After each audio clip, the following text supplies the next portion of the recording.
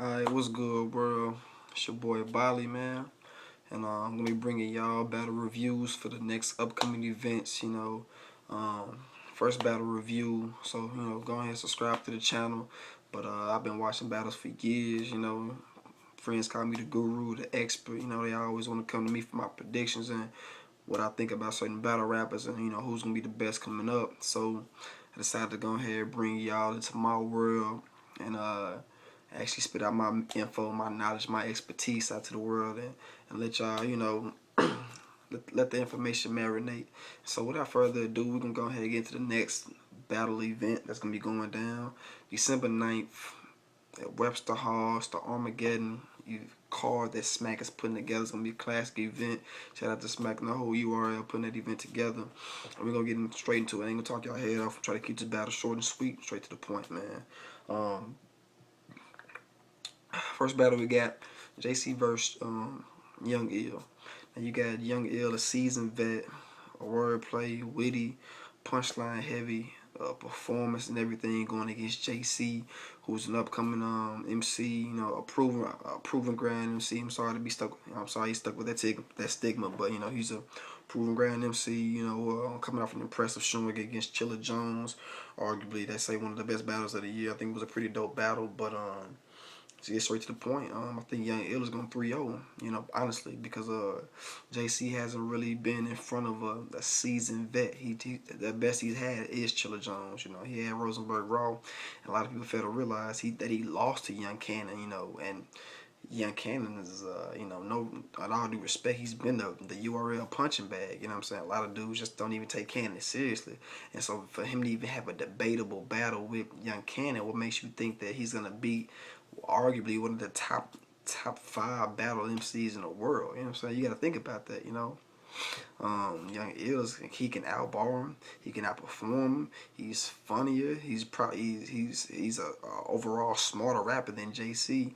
I honestly don't know what JC could do to actually get this to get this win off unless Ill beats himself like Ill beat himself against Cortez. That's the only way. And I don't think y'all gonna see an ill prepared young Ill, because what he just did to VI was just ridiculous or whatnot. So I'm gonna keep that short and sweet. It's gonna be Young Ill 3-0. JC may get around, but I highly doubt it. I'm gonna stick to 3-0. Second battle we're gonna talk about DNA versus K Shine. Now we got both these two consistent rappers, that that we know because that's gonna give us a pretty good battle every time that we see them. But both of them have a little baggage coming. Coming up. K Shine with the whole the butt grabbing situation with Dot Mob and the whole Facebook messages with the transgender, transvestite, whatever she was or whatnot. But then again, you got DNA with the whole throwing up against censor, and some DNA did something. He did something else, but basically you got these battle rappers that they got a lot of baggage, you know what I'm saying? And yeah, DNA had a not so impressive showing against Edeness and some of Madness too. So you got both these dudes that got a lot to go ahead and improve, and a lot of angles that you can take, to go against each other or whatnot. Basically what it boils down to is who's hungrier, you know what I'm saying? And I think right now K Shine he's gonna outperform DNA, and he may be a step behind DNA lyrically or whatnot, but his performance is gonna make it sound that much greater that when DNA finally gets his verses off, it may not even impact as hard as they would, because he's going against K Shine, and K Shine is known for his performance on stage or whatnot. So it's really, when DNA really matches up with somebody that matches up with him lyrically, he doesn't do too well. You know what I'm saying? Especially when they can outperform X Factor, Big T, even Censor outperformed him overseas in the UK. You know what I'm saying? So it's like, is DNA gonna really bring it? You know what I'm saying? Can he match up?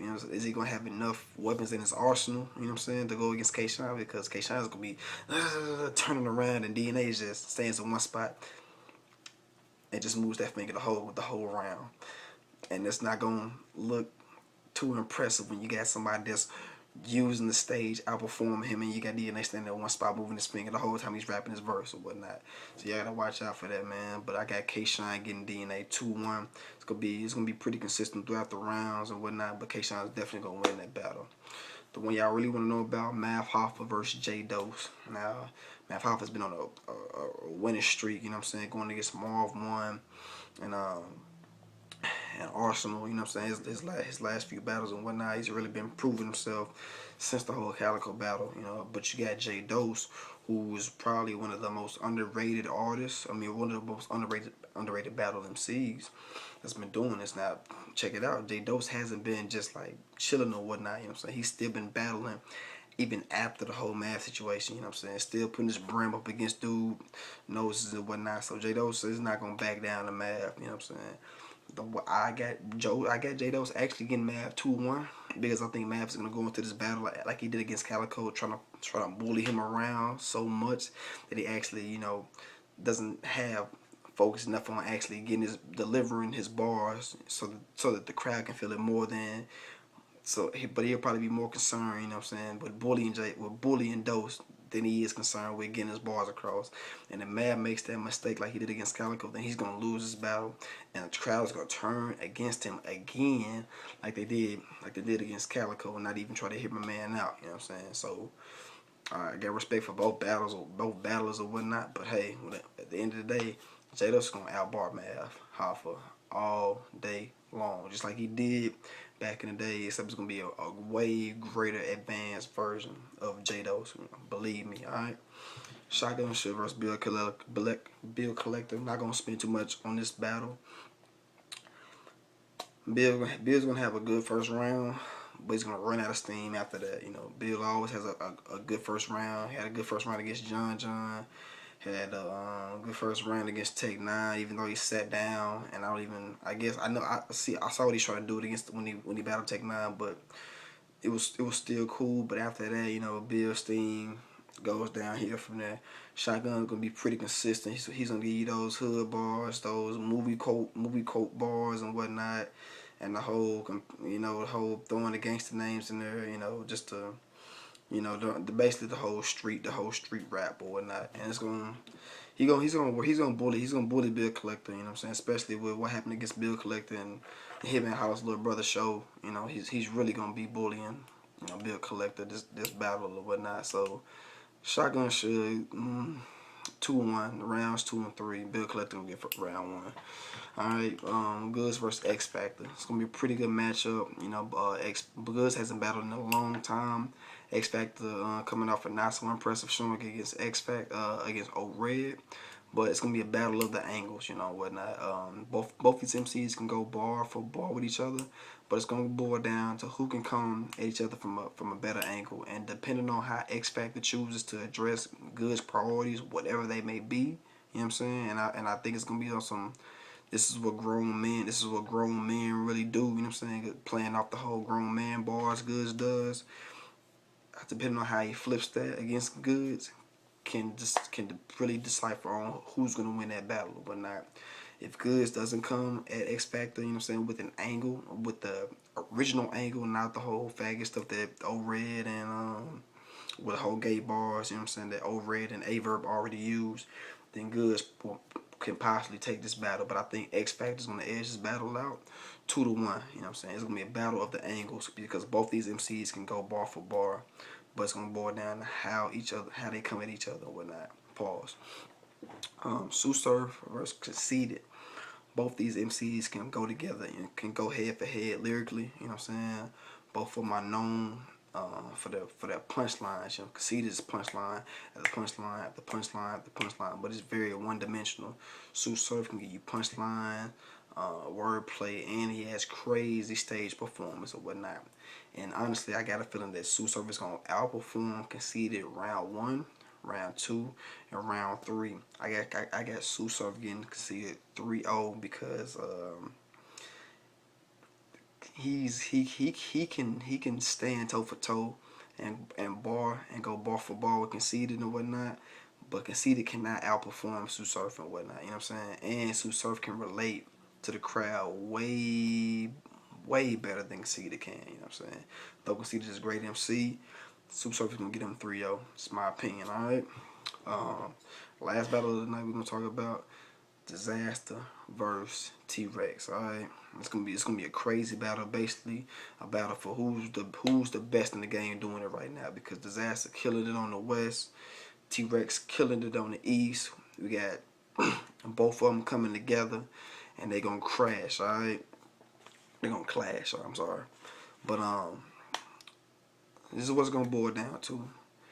Disaster is probably gonna play a whole scheme on T-Rex spitting those grown man bars and whatnot. He's gonna come to URL slowest. He's gonna have to slow his raps down so that he can actually get them off and whatnot, so that people can hear.